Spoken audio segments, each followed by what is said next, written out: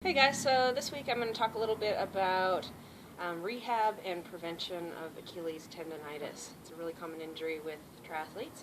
Most often, you see triathletes almost always, it shows up on the run, the Achilles problem, but most often it's coming from the bike. And I'm going to talk to you about how to check for that, some bike issues that happen in your equipment that can create the issue, and so I'm going to show you that. But first I'm going to show you, once you have a little bit of irritation in your Achilles tendon, the best way to rehab that is through an eccentric load exercise. Or if you're prone to that kind of injury, you should include this in your program every second day, maybe, or if not every second day, at least a couple times a week, where you do, start out with maybe 3x8, work up to 3x15, 2x25. So you're looking for high rep, no weight at all, and the idea is that we're going to go on a step.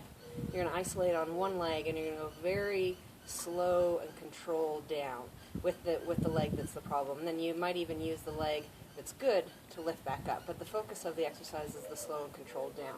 So you just find yourself a step and a little bit of something to brace yourself on. The idea is you start up nice and high. Your foot is on the edge. Very, very slow and controlled down into a full stretch. And then if your leg is good enough, you can come back up nice and quick. If it's not good enough or strong enough, then use your healthy leg to come back up. But the importance of the exercise is that you go from up on the ball of your foot, very slow and controlled down to a full stretch. And then quick back up, slow and controlled down, quick back up. Okay? So that's the rehab exercise or prevention exercise for if you have issues or you're prone to issues with Achilles tendonitis.